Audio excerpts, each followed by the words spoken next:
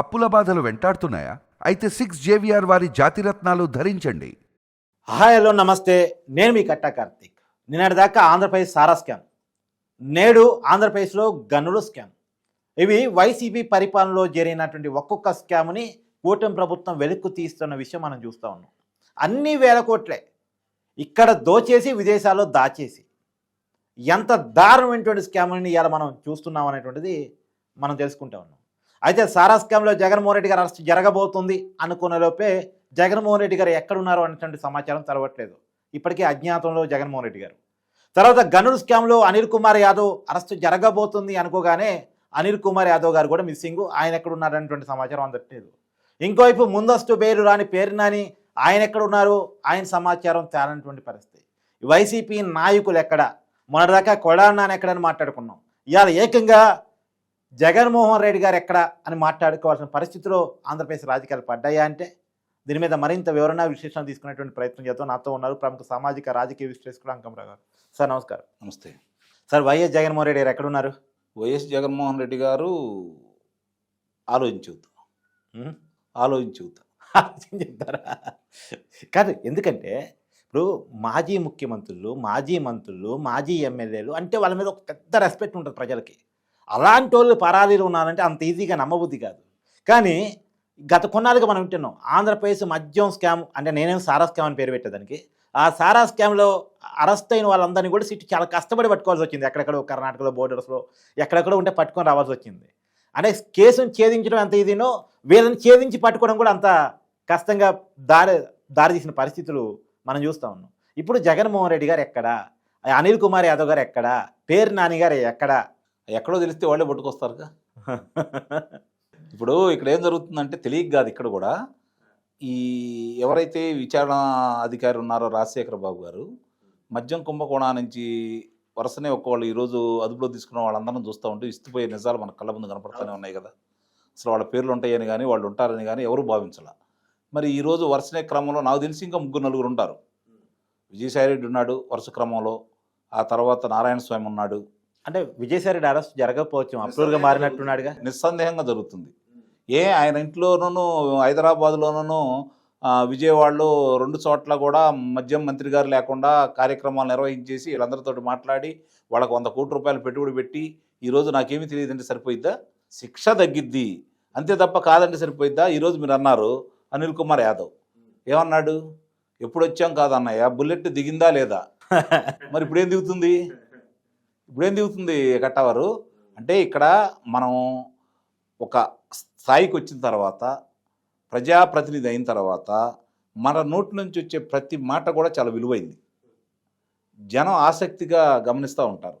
కాసేపు పామరులను రంజించజేయడానికి కొన్ని మాటలు మాట్లాడితే మాట్లాడుండొచ్చు, అభిమానుల్ని రెచ్చగొట్టడానికి కొన్ని మాటలు మాట్లాడితే మాట్లాడుండొచ్చు, కానీ అవి సమాజానికి కీడు చేసే విధంగా ఉండకూడదు. మన పేరునని మాట్లాడాడుగా, అదే చెప్పేది, కీడు చేసేగా ఉండకూడదు.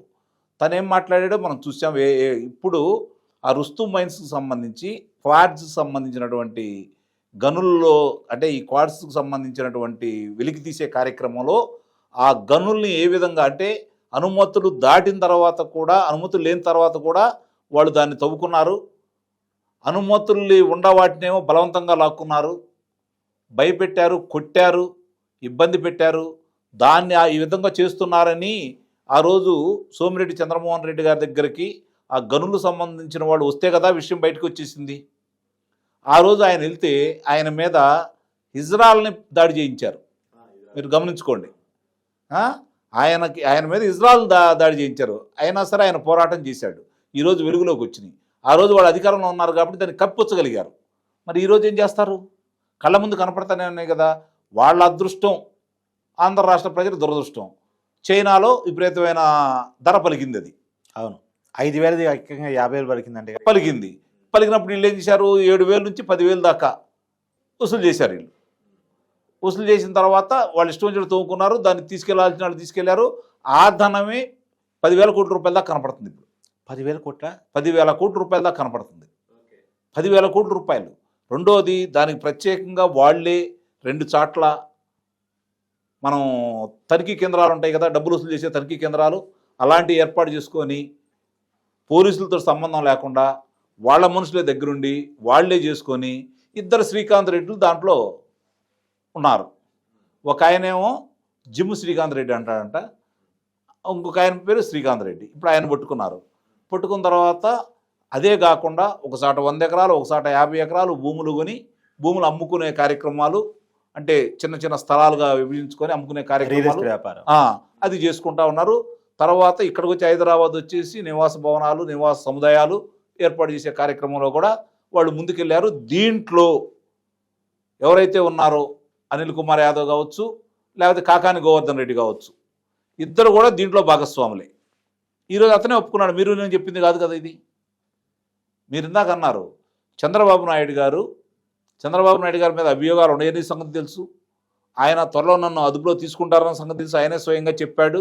అయినా సరే ఆయన పారిపోలా జనంలో తిరిగాడు, జనంలో ఉన్నాడు. ఆయన ఆ తర్వాత ఇప్పుడు అదుపులో తీసుకోవాలన్నారు, కుదరక ఉదయాన్నే తీసుకున్నారు. అది కూడా జనంలో ఉన్నప్పుడే తీసుకున్న తర్వాత ఆయన ఏం చేశాడు, ఇది తప్పు, దీన్ని రద్దు చేయండి, ఈ అభియోగం నిజం కాదు అని చెప్పని న్యాయస్థానాన్ని ఆశ్రయించాడు.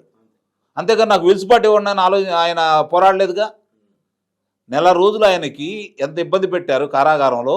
ఈరోజు అదే కారాగారంలో మిథున్ రెడ్డికి ఏమేమి సౌకర్యాలు జరుగుతున్నాయో కూడా ఒకసారి ఆలోచించండి. ఏం సార్ మిథున్ రెడ్డి సౌకర్యాల మీద చాలా పెద్ద విమర్శలు వెలముతున్నాయి. అదే అసలు న్యాయస్థానం కూడా దాన్ని అనుమతించడం నాకు ఇప్పుడు చాలా విచిత్రంగా ఉంది. అంటే చంద్రబాబు నాయుడు గారు మాజీ ముఖ్యమంత్రి, ఆయనకు కూడా పిఏ ఇవ్వలేదు, కానీ ఇతనికి మాత్రం పిఏని ఇచ్చారు జైల్లో అనేటువంటిది. అంటే ఆ రోజు చంద్రబాబు నాయుడు గారు అడగలేదుగా. ఆయన ఏంటి అడిగింది, వేడి నీళ్లు మామూలుగా ఆయనకి ఏసీ కావాలి కాబట్టి ఏసీ అడిగారు. దానికి చాలా విమర్శలు ఎదుర్కొన్నారు. ఒక ఆయన ఏమన్నాడు, దోమతెర అడిగితే దోమల గుట్టక రంభా వరస వచ్చి కన్ను కొడతారా అని మాట్లాడాడు. రేపు పొద్దున వాళ్ళ పరిస్థితి ఏంటో చూద్దాం. ఇప్పుడైతే ఒక్కోళ్ళు వస్తున్నారు కదా. ఇప్పుడు పెద్దిరెడ్డి రామచంద్రారెడ్డి గారు అంటున్నారు, ఉగ్రవాదిని చూసినట్టు చూస్తున్నారు నా కొడుకుని అని చెప్పని. ఉగ్రవాదిగా చూస్తే ఇట్లా ఏంటి జరుగుతాయి? ఉగ్రవాదిగా చూస్తే ఉగ్రవాదులు ఏ విధంగా చేసేవాళ్ళు అట్లా చేసేవాళ్ళు. లేకపోతే డాక్టర్ సుధాకర్ గారిని నడిబాజల్లో ఏం చేశారో అది చూసేవాళ్ళు కదా. రఘురామకృష్ణరాజు గారు లాంటి వ్యక్తిని ఏం చేశారో చూశారు కదా. మీరే కదా చేయించింది, మీరే కదా దాంట్లో భాగస్వాములు. ఈరోజు మర్యాదగా మీకు 2-3 సార్లు తాకీదులు ఇచ్చి రండి బాబు అని చెప్పానని విచారణ చేసిన తర్వాత న్యాయస్థానం కాదు అన్న తర్వాత అదుపులో తీసుకున్నారు. వీళ్ళకి ఎవరికి ముందుగా మీరు తాకీదులు ఇవ్వలేదు, పిలిపించలేదుగా.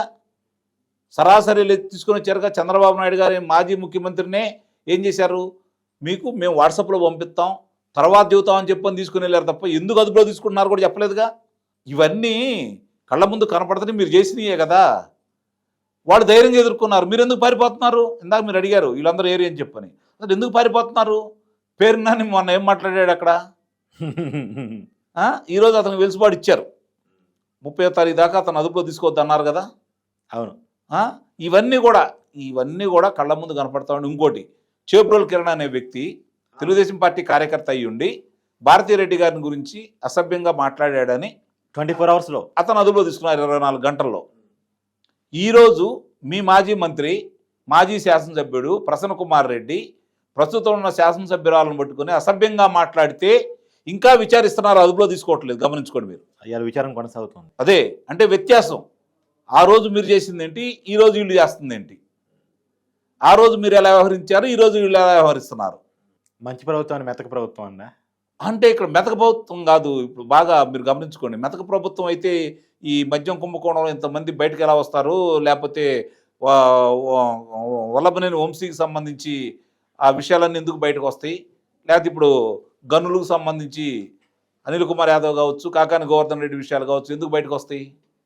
వీళ్ళు ఏంటంటే చక్కగా నిదానంగా వాళ్ళు రెచ్చగొట్టినా రెచ్చిపోకుండా ప్రశాంతంగా ఉదయం పూట అల్పాహారం తీసుకొని తర్వాత తేనీరు తీసుకొని చక్కగా భోంచేసి ఏ ఇబ్బందులు లేకుండా వీళ్ళని చేసుకొని ఇస్తూ వాళ్ళు చక్కగా అన్ని వివరాలు సేకరించేసి ఒక్కసారి తీసుకున్న తర్వాత తిన్నదంతా అరిగే విధంగా చేయబోతున్నారు. సరే, ఇప్పుడు జగన్మోహన్ రెడ్డి గారి అరెస్టు ఎప్పుడు జరగబోతుంది అంటే? నేను మొట్టమొదటి చెబుతున్న ఆగస్టు 15 అదుపులో తీసుకుంటారని దగ్గరకు వచ్చేసింది. విచారణకి పిలవలేదు, ఇంకా నోటీసులు ఇవ్వలేదు, ఇంకా చాలా తొందరగా జరుగుతాయి అవన్నీ. నాకు తెలిసి ఈ ప్రభుత్వం చేతికి మట్టి అంటకుండానే జరిగిద్దని అయితే నేను భావిస్తున్నాను. ఎందుకంటే ఈడీ వాళ్ళు వచ్చారు కాబట్టి. ఈడీఓలు వచ్చారు కాబట్టి. Thank you sir.